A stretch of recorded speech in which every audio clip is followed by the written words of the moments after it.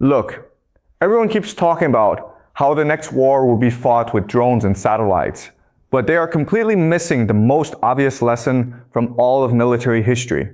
What we are seeing right now is a situation where Israel has a once-in-a-lifetime chance to finally complete the Greater Israel Project, and they know it. This is it. This is their moment.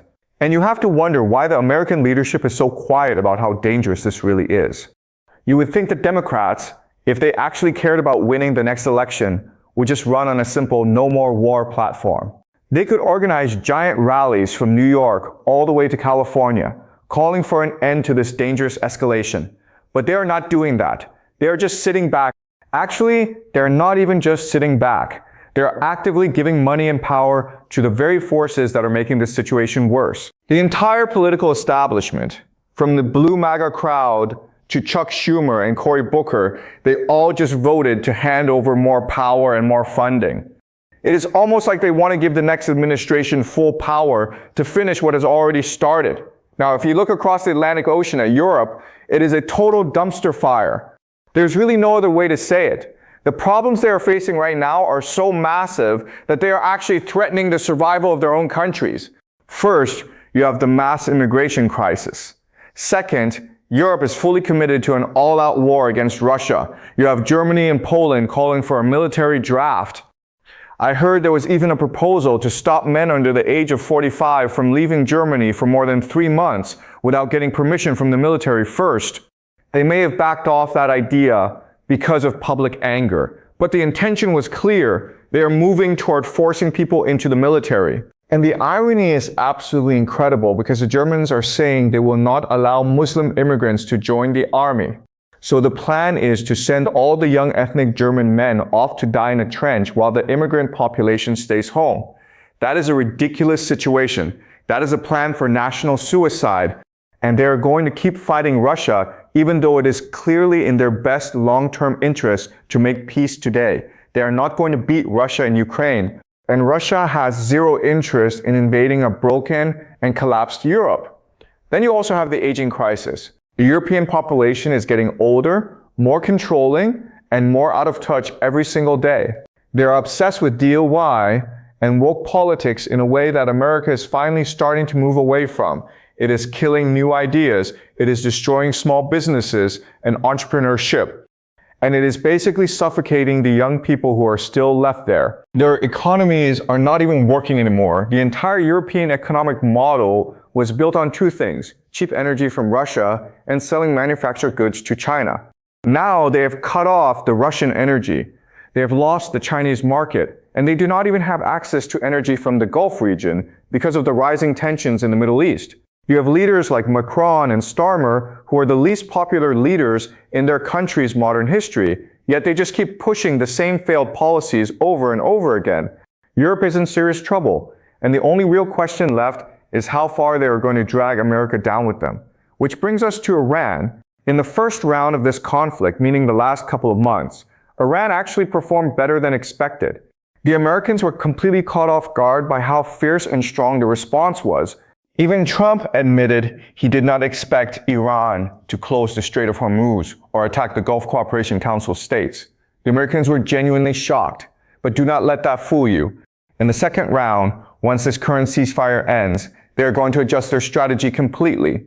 The Americans are developing a much more effective plan to literally choke Iran from every direction. My prediction for how this moves forward over the next 6 months comes down to 3 things. First, the Americans will launch a ground invasion. Most people think this will all be done from the air, but the real goal is to strangle Iran economically. They need to take control of Karg Island and Qeshm Island. They need to put boots on the coastline to block Iran's ability to export even a single drop of oil, and to block their ability to collect fees from ships passing through the shipping lanes. These are the 2 main ways the Iranian government makes money. Without that money, the government cannot function. Second, they're going to activate ethnic minority groups throughout Iran. We are talking about the Kurds and the Baloch people near Pakistan. Now, some people say, we already tried giving weapons to the Kurds and they just took the weapons and walked away. But this is exactly the kind of mission the Green Berets are trained for. This is what the United States military specializes in. There are 10 different ethnic groups they can arm and train as a resistance force. If those groups see the tide turning and see 4 or 5 American military bases in Iraq protecting them, they will fight. They are opportunists and they will side with whoever appears to be winning. They will move with whoever has the power and the strength. The third part of the plan, and this is the most effective and the most brutal, is that the Americans are going to try to choke Tehran. Tehran is a city of 10 million people. It needs water. It needs electricity. And it needs a constant flow of food coming in every single day. All you have to do is bomb the roads and the bridges so that the supply trucks cannot get in. You destroy the water reservoirs so there is no clean water. You take out the power plants. People call those acts war crimes, but this is war. The United States has already committed a large number of war crimes in this region. And the goal here is to destroy the government's ability to provide even the most basic services to its people. You want the people to become so angry and so desperate that they rise up and revolt against their own leaders, which then forces a political solution. It is about putting so much pressure on the people of Tehran that the leadership is forced to accept whatever terms the Americans put on the table. But here is the thing. You cannot do this strictly from the air. The Americans are losing too many aircraft. An F-15 fighter jet costs $90 million. An F-35 costs over $100 million. We have already seen close to 30 planes lost or seriously damaged. If you try to fight this entire war only from the air, you're going to bankrupt the military. You need ground troops to establish real control. And we have already seen from what happened in Gaza that the world has become very desensitized to this kind of violence. If the global economy is suffering, if gas prices are $10 a gallon, and you are scared of losing your job, you are not going to be that concerned about ground troops operating inside Iran. After 6 months of economic pain and hardship, people get tired and worn out. They just want the war to be over, no matter what it costs. The Iranian system is complicated. It is a dual system, meaning it has 2 separate power structures. You have the religious authority led by the Ayatollah, and directly under him is the IRGC, which is essentially a private military force that does not answer to the regular civilian government. Then you have the traditional political system with elected officials and elections. These 2 sides are always competing with each other for power. Right now, the IRGC is fully locked in and committed. Their leadership has been targeted, members of their cabinet have been killed, and they have activated what they call the Mosaic Defense.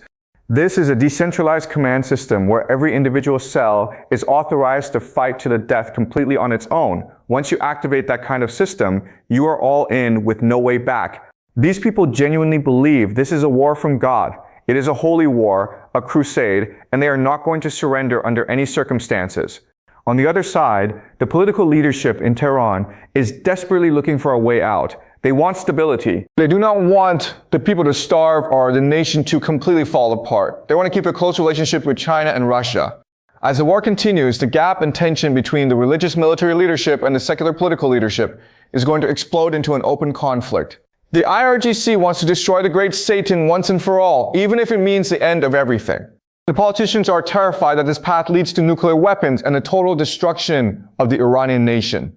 The American strategy is going to be to drive a wedge into that split as hard and as deep as possible. From a big picture global strategy perspective, the United States is fighting to stop a Russia, Iran, and China alliance from forming and growing.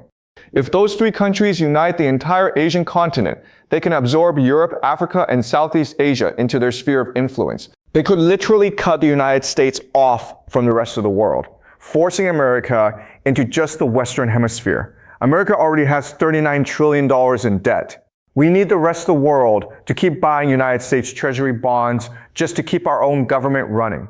If we lose access to those global markets, it would trigger a government debt crisis that would destroy the American economy almost overnight.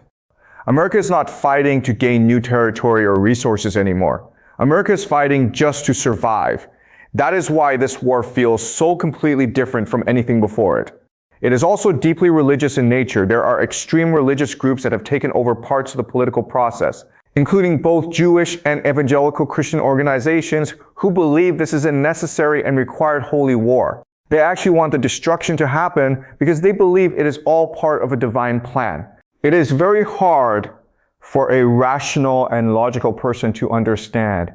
But for the people who hold real power right now, this is a religious war. They want the escalation. They want the ground war. And that is exactly why we should expect troops to start moving, and for this entire situation to keep escalating until the entire map of the Middle East is completely redrawn. The reality is that air power is just the opening move. It is the tool used to break the windows, but you cannot occupy a house or change a government from 30,000 feet in the air, especially when the enemy is willing to hide in the mountains and fight back for a decade. The Americans know that to truly break Iran's power and will, they have to control the ground. They have to control the oil terminals. They have to be the ones who decide who eats in Tehran and who does not. It is a brutal, old-fashioned 20th century style conquest being dressed up and packaged in 21st century language and rhetoric. And while the media keeps focusing on the drones and the missiles, the real move is the buildup of ground forces that is already being quietly planned behind closed doors. The debt is too high, the stakes are too great, and the greater Israel opportunity is too close for them to stop now. This is the collision of financial collapse and religious prophecy. And it is all heading toward a ground war that will make every previous conflict look like nothing more than a practice run.